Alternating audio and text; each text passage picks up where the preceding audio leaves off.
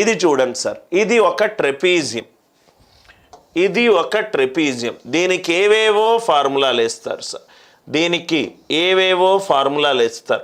Formula కాదు sir, maths అంటే logic sir. ఇది ఏ, ఇది బి, దీని యొక్క రైట్, ఇదేమో 6, దీని యొక్క చుట్టుకొలత 27, దీని యొక్క చుట్టుకొలత 35, దీని యొక్క చుట్టుకొలత ఎక్స్, దీని యొక్క లెంత్ 6, దీని యొక్క లెంత్ 7, దీని యొక్క లెంత్ 6. ఏమీ లెంత్ ఆఫ్ ప్యారలల్ సైడ్స్ ఏమీ లేదు.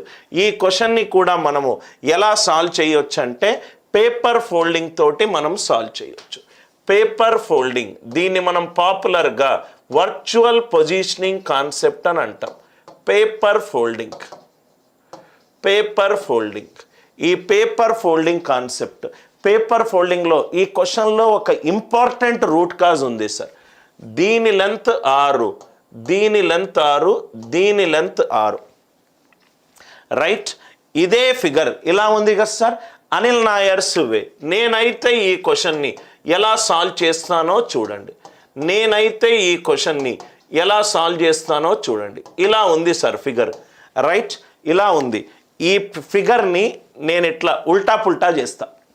ఉల్టా పుల్టా చేస్తే నాకు ఇక్కడ 6 ఉంది, ఇక్కడ 6 ఉంది, అంటే నాకు ఇంకో ఫిగర్ ఇక్కడ ఏర్పడుతుంది. ఇది ఎక్స్, ఇది 35, ఇది 27. ఈ ఫిగర్ ఉంది, ఈ ఫిగర్ని ఉల్టా పుల్టా చేస్తా, రైట్. నేను ఎప్పుడైతే ఉల్టా చేశానో ఇలా ఉన్నది ఇలా తిప్పి సైడ్కు పెడతా. సైడ్కు పెడితే ఆన్సర్ అయిపోయింది సార్. దీని మొత్తం చుట్టుకొలత ఎంత? 35 + 35 70. 70, ఇది 7 10ల 70, 7 10ల 70, 7 కాస్త 70 ఇచ్చింది అంటే ఇంటూ 10, 6 10ల 60, ఈ మొత్తము 60 ఇవ్వాలి అంటే ఎక్స్ వాల్యూ ఎంత? 33. ఇక్కడ ఎక్స్ + 27, ఇది మొత్తము 6 10ల 60 ఇవ్వాలి. ఎక్స్ + 27 60, ఎక్స్ వాల్యూ ఎంత? 33. మీరు జామెట్రీ మెన్సురేషన్ని ఇలా చూడాలి, మీరు జామెట్రీ మెన్సురేషన్ని మీరు ఇలా చూడాలి సార్. క్వశ్చన్ అర్థమవుతే పేపర్ ఫోల్డింగ్ కాన్సెప్ట్. ఈ దీన్ని ఇట్లా తిప్పుతున్నా, ఇట్లా తిప్పి పక్కన రాసా. ఈ 7 వల్ల నాకు వచ్చిన మొత్తం చుట్టుకొలత ఎంత? 70.